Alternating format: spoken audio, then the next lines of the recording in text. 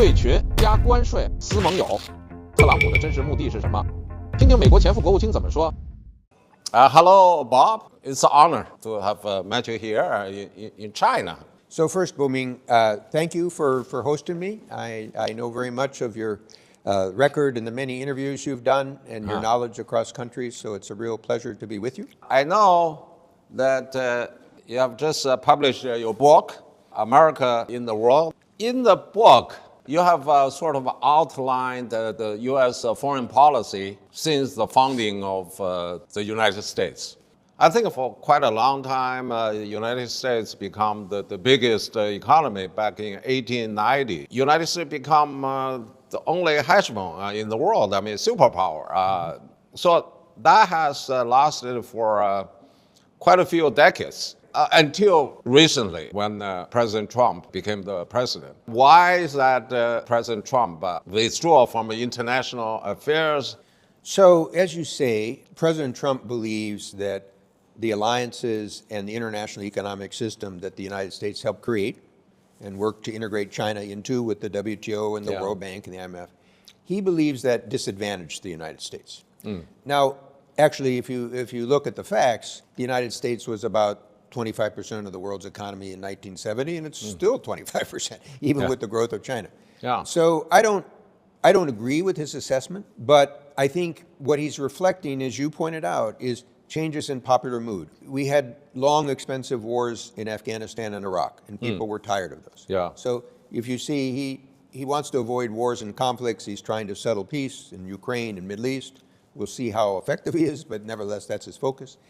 You had the global financial crisis, you had the pandemic. When China came into the world economy, it became the workplace of the world. So the U.S. was advantaged with low-priced goods, but it also created what some economists call a China shock, the effect of people loss of jobs. So it's inevitable, and you will encounter this in China too, that at points of great change, it makes people anxious. You have to help people adapt to change. Now, Trump's approach is to try to raise barriers and cut different deals. That wouldn't be my preference. My preference is to try to adapt the international system. So let's take the case of the U.S. and China. The U.S. has a big trade deficit with China. But bilateral trade deficits can be very misleading because the U.S. has a trade surplus with Australia, Australia has a trade surplus with China, China has a surplus with the United States. I think the more fundamental issue deals with the topic of imbalances. So China now relies heavily on investment and infrastructure and exports for demand as opposed to consumption. The U.S. relies more on consumption than it does the other topics. And so I would deal with that topic more by trying to rebalance the internal demands of the different countries. Trump's idea is to put tariffs on. We will tariff and tax foreign countries to enrich our citizens. And as he did before, we'll see what happens now, he wanted to try and negotiate a purchasing deal with China. I don't think that will make the fundamental change, but that may be the nature of his politics. So I think this is a time of testing for Trump. We'll see whether these tariffs actually create inflation. As you've seen in recent weeks, the stock market is a little uncertain where this is going to go. It's a good example, the underlying changes in the international and domestic environment creating political pressure.